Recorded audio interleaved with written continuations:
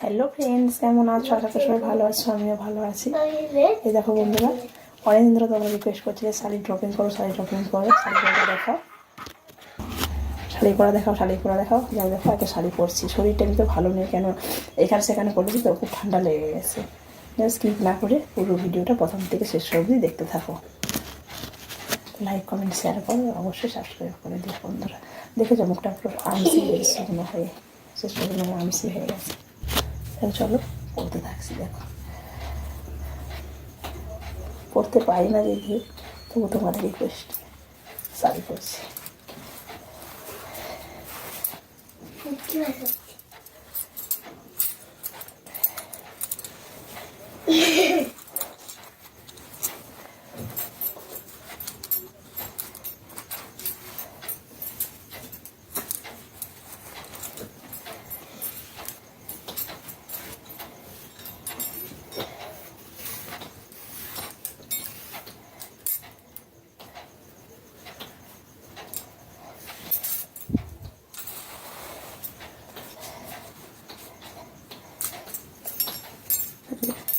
ঘরে ছিলাম না, ঘরটা পুরো মানে একসা হয়ে গেছে, এমন অবস্থা।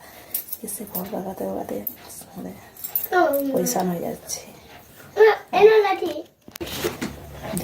প্রচুর ঠান্ডা লেগে গেছে, এত ঠান্ডা লেগে গেছে দেখতে পাচ্ছ, একবার পুরো শুকনো শুকনো লাগছে।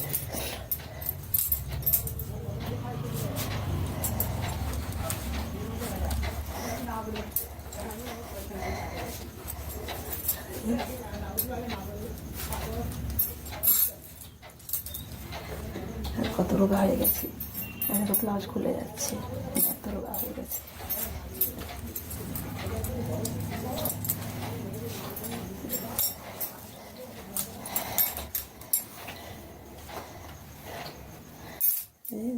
পরে নিলাম, পড়তে পারি না ঠিকই, এত পরে লেগেছে বন্ধুরা। অনেক ধরে তোমরা রিকোয়েস্ট করছিলে শাড়ি পরা দেখাও, শাড়ি পরা দেখাও।